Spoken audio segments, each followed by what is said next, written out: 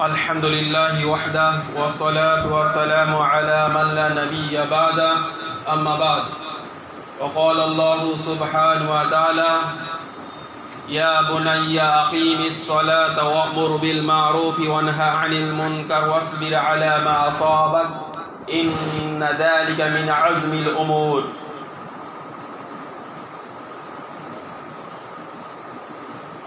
عن سعيد عمر بن سعيد رحمه الله قال سمعت عن أبي وعن جدي رضي الله تعالى عنهم قال رسول الله صلى الله عليه وسلم مروا أولادكم بالصلاة وهم أبناء 7 سنين واضربوهم عليها وهم أبناء 10 سنين وفرقوا بينهم في المضاجع রাওয়াহু আবু দাউদ বিসানাদিন হাসান। সকল প্রশংসা, সমস্ত তারিফ, সমস্ত গুণগান সেই মহান আল্লাহ সুবহানাহু ওয়া তাআলার নিমিত্তে, যিনি আমাদেরকে জুম্মার দিন সালাত আদায়ের উদ্দেশ্যে খুতবা শোনার উদ্দেশ্যে আল্লাহ সুবহানাহু ওয়া তাআলা একত্র করেছেন। ইন আল্লাহ তাআলার কাছে শুকরিয়া জানাই আলহামদুলিল্লাহ। আজকের দিন হলো জুমা দিন। ইন্না ইয়াউমাল জুমআ সাইয়্যিদুল আইয়াম। জুমার দিন হলো সমস্ত দিনের সর্দার। এই দিনের গুরুত্ব, মহত্ব আল্লাহ তাআলার কাছে আলাদাভাবে আছে। সমস্ত দিনের সর্দার বলা হয়েছে এই দিনকে। ওই জন্য এই দিনের প্রস্তুতি আগে ভাগে আমাদেরকে নিতে হয়। জুম্মা দিন সপ্তাহে একদিন আমাদের সালাত, জুম্মার সালাত আদায়ের আগে যে খুতবা আছে, এই খুতবার মাধ্যমে মানুষ কি করবে? উপদেশ গ্রহণ করবে, নাসিহা নেবে, আমলে তারা কি অর্থাৎ আমল শিখবে এবং সেই অনুযায়ী আমল করবে। তার ঈমান বর্ধিত হবে, ঈমান বৃদ্ধি পাবে, আল্লাহ সুবহানাহু ওয়া তাআলার বিশ্বাস মজবুত হবে, দ্বীন ইসলামের ব্যাপারে, শরীয়তের হুকুম আহকামের ব্যাপারে জানবে। এই জন্য এরকম খুতবা এবং দ্বীনি মজলিস যেখানে হবে সেখানে আমাকে যোগদান করতে হবে। আজকের জুম্মার খুতবার আলোচ্য বিষয়বস্তু হলো বাচ্চাদের তারবিয়াত এবং বাচ্চাদের সালাত আদায়ের গুরুত্ব, মসজিদে আসার গুরুত্ব। মহান আল্লাহ সুবহানাহু ওয়া তাআলা কোরআনুল কারীমের মধ্যে সূরা লুকমানের মধ্যে আল্লাহ তাআলা উল্লেখ করেছেন, লুকমান হাকিম আল্লাহ সুবহানাহু ওয়া তাআলার এক সৎ নেক বান্দা ছিল। তো তিনি তার ছেলেকে অনেক কটা নাসিহা করেছেন, উপদেশ দিয়েছেন, 10টি উপদেশ। সেই উপদেশ সমূহের মধ্যে একটি উপদেশ হচ্ছে, লুকমান হাকিম তার ছেলেকে বলছেন, ইয়া বুনাইয়া, ও আমার প্রিয় বস্তু, আমার প্রিয় ছেলে, আকিমিস সালাহ, সালাত আদায় করো, নামাজ আদায় করো, ওয়ামুর বিল মারুফ ওয়ানহা আনিল মুনকার, সৎ কাজের আদেশ দান করো এবং অসৎ কাজের নিষেধ প্রদান করো। এই আয়াতে প্রথমে বলেছেন সালাত আদায়ের কথা, আকিমিস সালাহ, তারপর ওয়ামুর বিল মারুফ ওয়ানহা আনিল মুনকার ওয়াসবির আলা মা আসাবাক, এবং সবর করতে বলেছে, ধৈর্য ধারণ করতে বলেছে। তারপরে বলেছেন এই গুণগুলো হলো মহৎ বড় গুণ, এগুলো বড় গুণ, মহৎ গুণ, এই গুণগুলোকে অর্জন করা। তাহলে সালাত আদায় মানুষ করলে সবর করতে হয় না। সালাত আদায় করলে কেউ কিছু বলবে না। যখন আপনি সৎ কাজের আদেশ দান করবেন এবং অসৎ কাজে নিষেধ করবেন, তখন মানুষ বিপক্ষে চলে যাবে। অর্থাৎ দাওয়াত যখন মানুষ দেবে, তখন তার বিরুদ্ধে মানুষ লাগবে। তখন কি করতে হবে? আসাবাক, মানে তখন কি করতে হবে? সাবর করতে হবে। মুসিবতের সময় কি করতে হবে? বিপদ আপদে সবর করতে হবে। তো আজকের আলোচ্য বিষয়ে যেটা আমি বোঝাতে যাচ্ছি সেটা হচ্ছে যে লুকমান হাকিম তার ছেলেকে বলছেন, ইয়া বুনাইয়া আকিমিস সালাহ, হে আমার ছেলে, সালাত আদায় করো। কোরআনে কারিমে লুকমান হাকিম এখানে যে কথা বলেছেন সেটা আল্লাহ সুবহানাহু ওয়া তাআলা কোরআনে তুলেছেন। এই কথাটা যে তার সন্তানকে শিক্ষা দিচ্ছেন সালাতে। এবং প্রথম আয়াতে যদি আমরা দেখি, যেটা 13 নম্বর আয়াতে লোকমান হাকিম তিনি বলেছেন, আল্লাহ কুরআনুল কারীমে উল্লেখ করেছেন কথা, সেটা কি? ইয়া বুনাইয়া লা তুশরিক বিল্লাহি ইন্না শিরকা লা যুলমুন আযীম। হে আমার প্রিয় বৎস, আল্লাহ তাআলার সাথে শরীক করো না, নিশ্চয়ই শিরক সবথেকে বড় জুলুম, শিরক মহা অপরাধ। তো একটা সন্তানকে প্রথমেই তাওহীদ শিরকের জ্ঞান দিতে হবে। তারপরে ওখানে পিতা মাতার কথা এসছে, তারপর 15 নম্বর আয়াতে ওখানে পিতা মাতার কথা এসছে, وَإِنْ جَاهَدَكَ عَلَىٰ أَنْ تُشْرِكَ بِمَا لَيْسَ لَكَ بِهِ عِلْمٌ فَلَا تُطِعْهُمَا وَصَاحِبْهُمَا فِي الدُّنْيَا مَعْرُوفًا। যদি তারা দুজনা অর্থাৎ পিতা এবং মাতা, আব্বা এবং মা উভয় বৃদ্ধ অবস্থায় পৌঁছে যায়,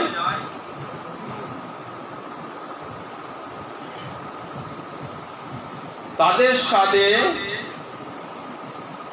এবং তারা কি করে, তারা তোমাকে উপদেশ দেয় যে ওয়াইন জাহাদাকা আলা আন তুশরিকা বিমা লাইসা লাকা বিহি ইলমুন, কি করে আল্লাহ তাআলার সাথে শরীক করার কথা বলে, শিরক করার কথা পিতামাতা বলে, যে ব্যাপারে আমাদের তাদের পরিষ্কার স্পষ্ট জ্ঞান নেই যে এটা আল্লাহর সঙ্গে শিরক কত বড় অপরাধ। যদি পিতা মাতা ও শিরক করতে বলে, তাহলে পিতা মাতার কথাকেও অমান্য করতে হবে। আল্লাহ কোরআনে বলছেন পিতা মাতার কথা ওই সময় শোনা যাবে না। কিন্তু ওই আয়াতের শেষে বললেন ওয়াইন জাহাদাকা আলা আন তুশরিকা বিমা লাইসা লাকা বিহি ইলমুন ফালা তুতি'হুমা ওয়া সাহিবহুমা ফিদ দুনিয়া মারুফা। তবে দুনিয়ার জীবনে তাদের সাথে সদাচরণ, ভালো উত্তম ব্যবহার করতে হবে। এরকম ঠিক পরস্পর অনেক কটা উপদেশ আছে। তো আজকের যে উপদেশ লুকমান হাকিমের কোরআনুল কারীমে আয়াতে যেটা আল্লাহ উল্লেখ করেছেন, সেটা হচ্ছে আকিমিস সালাত। সন্তানকে সালাত তাদের আদেশ করতে হবে, উপদেশ দিতে হবে, নসিহত করতে হবে। কেন? আজকাল সমাজে বেনামাজি হওয়ার একটা বড় কারণ হলো আমরা আমাদের সন্তানদের সালাত আদায়ের গুরুত্ব বোঝাই না এবং তাদের উৎসাহ দিই না, নিরুৎসাহ করি। বিশেষ করে এক শ্রেণীর মানুষ যারা আছে, যারা বয়স্ক মুরব্বী, চাচা, এরকম এক শ্রেণীর মানুষ আছে, অনেক সমাজে দেখা যায় যে তারা নামাজ ধরেছে হয়তো বৃদ্ধ অবস্থায় বা পৌর অবস্থায়, 30 বছর 40 বছর পরে নামাজ আদায় করেছে। সারা জীবন মদ জুয়া, মানে দুনিয়া ব্যবসা বাণিজ্য নিয়ে মেতে ছিল, আল্লাহর নাম ছিল না তার মধ্যে। আল্লাহ হেদায়েত দিয়েছে, মসজিদ সঙ্গে জুড়েছে, কিন্তু এই মুরব্বী এত পরহেজগারিতা দেখায়, এত নিজের তাকওয়াশীল দেখায় যে বাচ্চাদেরকে মসজিদে আসতে বারণ করে দেয়। বাচ্চাদেরকে মসজিদে আসতে বারণ করে দেয় যে বাচ্চারা যদি মসজিদে আসে তাহলে বাচ্চারা চিৎকার করবে, গন্ডগোল করবে, এই মুরব্বীদের নামাজে ব্যাঘাত ঘটবে, তার নামাজের ক্ষতি হবে। মানে এই পরহেজগারিতা দেখাচ্ছে, বেশি বুজুর্গিতা দেখাচ্ছে। অথচ রাসূল সাল্লাল্লাহু আলাইহি ওয়াসাল্লাম স্বয়ং নিজে সালাত আদায় করছেন।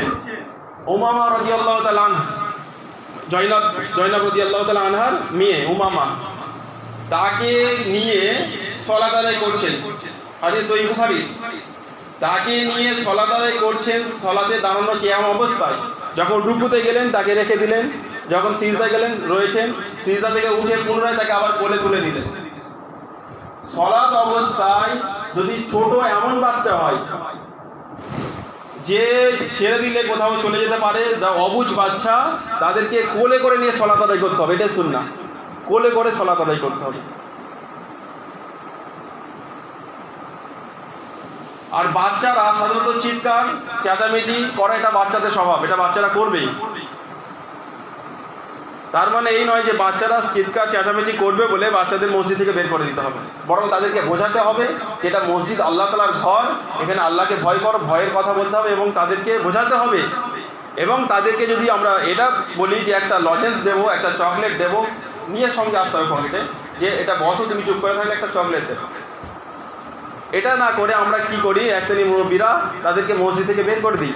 আর কিছু জাহেল ইমাম সাহেব আছে, এরাও কি করে, এরাও ফতোয়া দেয় যে বাচ্চাদের মসজিদে আনবে না, বাচ্চাদেরকে মসজিদে। এরা জাহেল, অজ্ঞ, এরা কোরআন হাদিসের কিছু মানে পড়ে না, শুধু ওই কয়েকটি ফতোয়া কিতাব করে এরা ফতোয়া দিয়ে দেয়। যে মসজিদেরকে আবার আবার বলে একদম পিছনের কাতারে বাচ্চাদের সারি করবে। আজকাল বর্তমান সমাজে যা বাচ্চারা, এরা ডিজিটাল বাচ্চারা, আগের বাচ্চার থেকে আরও ডেভেলপ এরা যদি পিছনের কাতারে যায় তো এরা গন্ডগোল আরও বেশি করবে, যারা বদমাইশ ছেলে দু একটা যদি থাকে আরও বেশি করবে। এই জন্য উত্তম হলো যে পিতামাতা সন্তানকে নিয়ে আসছে, গার্জিয়ান সন্তানকে নিয়ে আসছে, সে তার পাশেই সন্তানকে রাখবে। একেবারে মেম্বারের পিছনে এখানে রাখাটা মুনাসিব নয়, কারণ এখানে আলেমের মানে যিনি সালাত আদায় করার যোগ্যতা রাখেন এরকম ব্যক্তির পিছনে এখানে দাঁড়াবে। এরপর যেখানে ইচ্ছা সে যখন যেখানে আসবে, যেখানে জায়গা পাবে ঠিক ওই জায়গায় সে সালাত আদায় করবে, কোনো সমস্যা নেই। যে প্রথম কাতারে বাচ্চা দাঁড়াতে পারবে না এরকম কোনো বিধান নেই।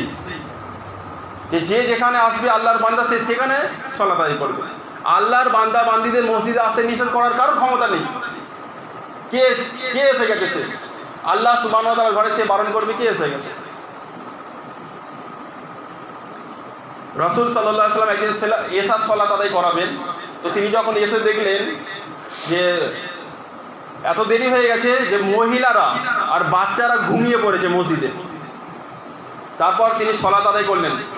বললেন এটা এমন সময় সালাত আদায় করলাম যেদিন আজ আমরা এশার সালাত আমরা ছাড়া আর কেউ আদায় করিনি।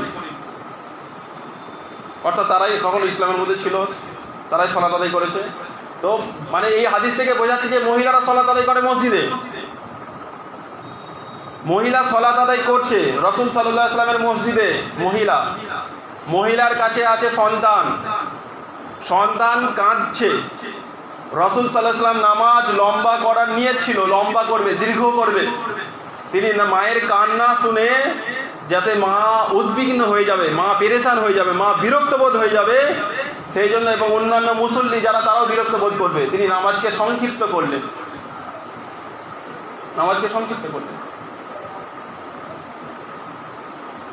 এই সমস্ত হাদিসগুলো তাদের অন্তরে মানে চোখে পড়ে না। একটা জয়ীফ রেওয়াজ আছে যে বাচ্চাদেরকে পুরুষদের পিছনে রাখতে হবে, মহিলাদের সামনে পিছনে। ওই জয়ীফ আবু দাউদ বা তিরমিজি সম্মত রেওয়াজ আছে, জয়ীফ গ্রহণযোগ্য নয়। সেই রেওয়াজ অনুযায়ী মানে দলিল দেয় যে বাচ্চাদের পিছনে রাখতে হবে না, বাচ্চাদের পিছনে রাখার কোনো সহি রেওয়াজ নেই। তাহলে বাচ্চা নিয়ে মসজিদে আসতে হবে সালাত আদায় করার উদ্দেশ্যে। এবার কি ধরনের বাচ্চাদের বয়স কত হবে সেটা এবার বিষয়। এখন আলহামদুলিল্লাহ বর্তমানে আমরা যদি এরকম 2 বছর 3 বছরও বাচ্চা, কথার কথা যদি এমন সমস্যা হয় একটা ব্যক্তি তার স্ত্রী কোনো কারণবশত হয়তো বাড়িতে নেই বা বাড়িতে কোনো বাচ্চাটা সামাল দিতে পারবে না, অথচ জমাতে সালাত আদায় ফরজ আদায় এর জন্য ওয়াজিব, একে সালাত আদায় করতে হবে। এখন ও যদি বাচ্চা দেখতে যায় তাহলে মসজিদে জমাত ছেড়ে যাবে।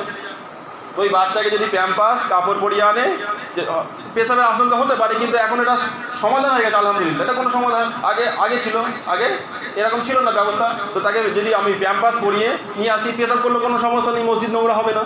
ছোটো বাচ্চাদের নিয়ে আসলে কোনো সমস্যা নেই, একদম ছোটো বাচ্চাদের। তারপরেও উত্তম হলো যে তাদেরকে রেখে আসা। যারা বুঝদার বাচ্চা, বিশেষ করে 5 বছর 6 বছর যাদের হয়ে যাচ্ছে, এই সমস্ত বাচ্চাদের প্রথম থেকে মসজিদে আনতে হবে। আর রাসূল সাল্লাল্লাহু আলাইহি ওয়াসাল্লামের যেটা আদেশ সেটা হলো 7 বছর থেকে। কত বছর থেকে? 7 বছর থেকে আদেশ করতেই হবে একদম পিতামাতাকে। হাদিস আবু দাউদ 495 নম্বর হাদিস। আমর ইবনে সুয়াইদ রাহিমাহুল্লাহ তিনি বলছেন, আমি আমার আব্বার কাছ থেকে এবং তিনি তার পিতার কাছ থেকে, অর্থাৎ আমার দাদুর কাছ থেকে রাসূল সাল্লাল্লাহু আলাইহি ওয়াসাল্লাম থেকে এই রিওয়ায়াত এসছে আবু দাউদের, যে তিনি বলেছেন মুরু আওলাদাকুম বিস-সালাহ, তোমরা তোমাদের সন্তানদের সালাত আদায়ের, নামাজ আদায়ের আদেশ করো। আদেশ করতে বলেছে পিতামাতাকে। যদি আপনি আদেশ না করেন, আপনি আল্লাহ রসুলের এই আদেশকে অমান্য করলেন, নাফরমানি করলেন। আদেশ করতে হবে সন্তানের যখন বয়স 7-এ পৌঁছে যাবে, তার আগে থেকেই প্রিপারেশন নিতে হবে যে সে যদি আসতে যায় আপনি নিয়ে আসবেন, তাকে রেখে আসবেন না। মুরু আওলাদুকুম বিস-সালাহ ওয়া হুম আবনাউ 7 সিনিন, যখন তাদের বয়স হবে 7 বছর তাদের মসজিদে নিয়ে আসতে হবে সালাত আদায়ের উদ্দেশ্যে। এবং যখন তাদের বয়স পৌঁছে যাবে 10 বছরে, আসরি সিনিন 10 বছরে পৌঁছে যাবে, তখন তারা সলাৎ যদি আদায় না করে, নামাজ যদি আদায় না করে, তাহলে তাদেরকে প্রহার করার কথা এসছে। মৃদু প্রহার, এমন মারতে হবে যেন শরীরে দাগ না হয়, তাকে ভয় দেখাতে হবে, মারার হুমকি দিতে হবে, তাকে কঠোরতা করতে হবে, তাকে মৃদু প্রহারও যদি দিতে হয় দিয়ে তাকে মসজিদে নিয়ে আসতে হবে। এটা আল্লাহ নবীর আদেশ, এটা আল্লাহ নবীর আদেশ, গার্জেনদের পিতামাতার আদেশ, পিতামাতার প্রতি আল্লাহ নবী আদেশ করেছেন। এই জন্য 10 বছরের মধ্যে সমস্ত সন্তান যখন 7-7 পর 8 1 বছর, 9 2 বছর, 10 3 বছর, এই 3 বছর আসা যাওয়া যখন করবে, এই সলাতের বিধান, এই সলাতের নিয়মকানুন সব শিখে যাবে এবং অনেক তেলাওয়াত শিখে যাবে। ইমাম সাহেব যখন তেলাওয়াত করবে মাগরিব এশা ফজরে, এই তেলাওয়াত শুনে শুনে ওর মুখস্থ হয়ে যাবে। আমর রাদিয়াল্লাহু তাআলা আনহু বলছেন, যখন ইসলাম আমি গ্রহণ করি সেই সময় কিছু সাহাবাদের পাশে বসে তিনি কোরআন শিখে গিয়েছিলেন। বয়স তখন 6 বছর 7 বছর। তো ওই এলাকা যখন কিছু লোক ইসলাম গ্রহণ করে, আল্লাহ নবী বললেন, তোমাদের মধ্যে যে সব থেকে কোরআন বেশি জানে সে তোমাদের ইমামতি করবে। তো ওনারা বলছেন যে আমরা দেখলাম যে আমাদের মধ্যে এই ব্যক্তি, এই ছেলে এই সব থেকে বেশি কোরআন জানে। তো 6 বছর 7 বছর ছেলে ইমামতি করেছে, 6 বছর অথবা 7 বছর তখন তার বয়স, ইমামতি করেছে। আর 10 বছর ছেলে, 12 বছর ছেলেদেরকে মুরব্বি কী করে, মসজিদ থেকে ঘাট ধরে বের করে দেয়। অনেকে মারে, আবার এরকম মানে নজির আছে, অনেকে মারে, মেরে বের করে দেয়। এই সমস্ত মুরব্বীরা বেনামাজি তৈরি করছে। এই জন্য আমরা যদি চাই যে আমাদের পরবর্তী জেনারেশন, আমাদের পরবর্তী প্রজন্ম যে তারা ধার্মিক হোক, তারা ইসলাম শরিয়াত মোতাবিক চলুক, তারা মুসল্লি হোক, মসজিদমুখী হোক, তাহলে আমাদের এখন থেকেই প্রস্তুতি নিতে হবে। একটাও বাচ্চাকে ছেড়ে রাখা আসা যাবে না, যাদের বয়স হয়ে গেছে 7-এর উপর, যাদের বয়স হয়ে গেছে 7-এর উপর একটাও বাচ্চাকে বাড়িতে রেখে আসা যাবে না, প্রত্যেকটা বাচ্চাকে নিয়ে আসতে হবে মসজিদে। এটা আল্লাহ নবীর আদেশ। আজ আমরা বাচ্চাদের না নিয়ে আসার কারণে আজকের আমাদের সমাজে বেনামাজির সংখ্যা দিনকে দিন বেড়ে যাচ্ছে, দিনের পর দিন বেনামাজির সংখ্যা বেড়ে যাচ্ছে। তবে এমন বাচ্চাকে না নিয়ে আসাই উত্তম যে বাচ্চা খুবই দুষ্টুমি করে, খুবই গণ্ডগোল করে। এরকম দুষ্টু বাচ্চাকে থেকে বিরত থাকে, তাকে বোঝাতে হবে, তাকে না নিয়ে আসা, তাকে ভয় দেখাতে হবে প্রথমে। তারপরেও সে যদি আসে, তাকে আসুক, বাচ্চারা গণ্ডগোল করবে, পিছনে মারপিট করবে, চেঁচামেচি করবে, কান্নাকাটি করবে, করুক, কোনো সমস্যা নেই। এটাকেই মেনে নিতে হবে, এটাই হচ্ছে ইসলাম, এটাকে মেনে নিতে হবে। এই জন্য আমরা কী করবো, চিন্তা ফিকির করবো যে আমরা আমাদের বাচ্চাদেরকে মসজিদে আনার ফিকির চেষ্টা করব। কারণ আল্লাহ সুবহানাহু ওয়া তাআলা কোরআনুল কারীমে সূরা তাহরিম সূরা নম্বর 66 আয়াত নম্বর 8-এর মধ্যে আল্লাহ সুবহানাহু ওয়া তাআলা উল্লেখ করেছেন, ইয়া আইয়ুহাল্লাযীনা আমানু কু আনফুসাকুম ওয়া আহলিকুম নারা। হে ঈমানদারগণ, তুমি নিজে জাহান্নামের আগুন থেকে বাঁচো আর নিজের আহলে পরিবার বর্গকে জাহান্নামের আগুন থেকে বাঁচাও। তাহলে আপনি শুধু বাঁচার ফিকির করছেন, আপনার স্ত্রী, আপনার ছেলে, আপনার মেয়ের বাঁচার ফিকির করবেন না, তারা বেনামাজি হয়ে যাক। আপনি চিন্তা করুন, আপনি যদি এখন আপনার সন্তানকে সেই 7 থেকে 10 বছরের মধ্যে যদি নিয়ে আসতে না পারেন, ওর যখন বয়স 12, 14, 15 হয়ে যাবে, আপনি কন্ট্রোলে করতে পারবেন না, একদম আপনি লিখে নেন, কন্ট্রোল করতে পারবেন না। তখন আপনার কথা শুনতে ও বাধ্য হবেন না, ও তখন সব বুঝবে। ও মহল, চারিদিকে যে বেদিনী মহল রয়েছে, এই বেদিনী মহলের মধ্যে সে নিজেকে ভাসিয়ে নেবে, আপনি কন্ট্রোল করতে পারবেন না। যদি কন্ট্রোল করতে চান, আপনার সন্তানকে দিনের মধ্যে রাখতে চান, তাহলে এখন থেকে কন্ট্রোল করতে হবে, ছোট থেকেই। যে না এখন বয়স ছোটো, এখন ও আল্লাহর হুকুম না বলো, কোনো গোনানেকির ব্যাপার নেই, সে ঠিক কথা, কিন্তু এখন থেকে কন্ট্রোল করতে হবে। আমার সন্তানকে যদি আমি দিনদার সন্তান বানাতে চাই, আমার সন্তানকে যদি আমি নেককার সন্তান হিসাবে রেখে নিজে কবরে চলে যাওয়ার পরও আমার সন্তান ইবাদত বন্দেগী করবে, সালাত আদায় করবে, সিয়াম করবে, হজ পালন করবে, দান খয়রাত করবে আমার নামে, তখন এই সন্তান দিনদার সন্তান যদি হয়, এটা সাদকায়ে জারিয়া হবে, যেটা রাসূল সাল্লাল্লাহু আলাইহি ওয়াসাল্লাম বলেছেন, ইযা মাতাল ইনসানু ইনকাতা আনহু আমালু ইল্লা মিন সালাসাতিন সাদকাতুল জারিয়া আও ইলমিন ইয়ানতাফাউ বিহি আও ওয়ালাদিন সালিহিন ইয়াদউ লাহু আও ওয়ালাদিন সালিহিন ইয়াদউ লাহু। এমন নেক সন্তান রেখে যান যে নেক সন্তান আপনার চলে যাওয়ার পর কাজে লাগবে। নাহলে আপনি কি করবেন, বদ সন্তান রেখে যাবেন, বদ সন্তান রেখে গেলে কোনো আপনার ফায়দা হবে না। এই জন্য আমাদেরকে নেক সন্তান রেখে যেতে হবে। এই জন্য আমাদের আল্লাহ সুবহানাহু ওয়া তাআলার কাছে দোয়া করতে হবে, রব্বানা হাব লানা মিন আজওয়াজিনা ওয়া যুররিয়াতিনা কুররাতা আয়ুন ওয়াজআলনা লিল মুত্তাকিনা ইমামা।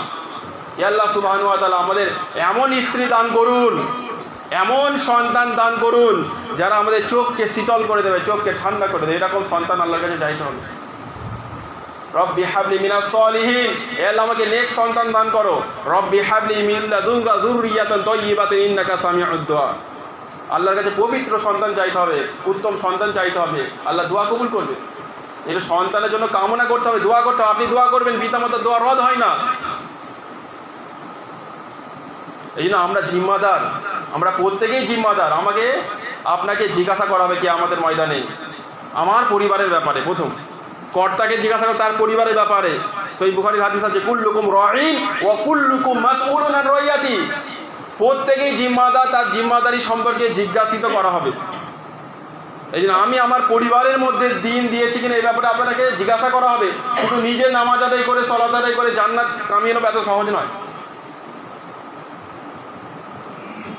এই জন্য আমরা চিন্তা ফিকির করি, আমরা নিজেদের সন্তানকে মসজিদমুখী করি। তাহলে কি হবে না, মসজিদমুখী যখন সন্তান হবে পুরো মহল কি হবে, দিনদার মহল হবে। এই জন্য আমরা কী করবো, আমাদের সন্তানদেরকে শুধু জুম্মার দিন নয় বরং 5 ওয়াক্ত সালাতে তাদেরকে নিয়ে আসার চেষ্টা করবো ইনশাআল্লাহ। ওয়াকির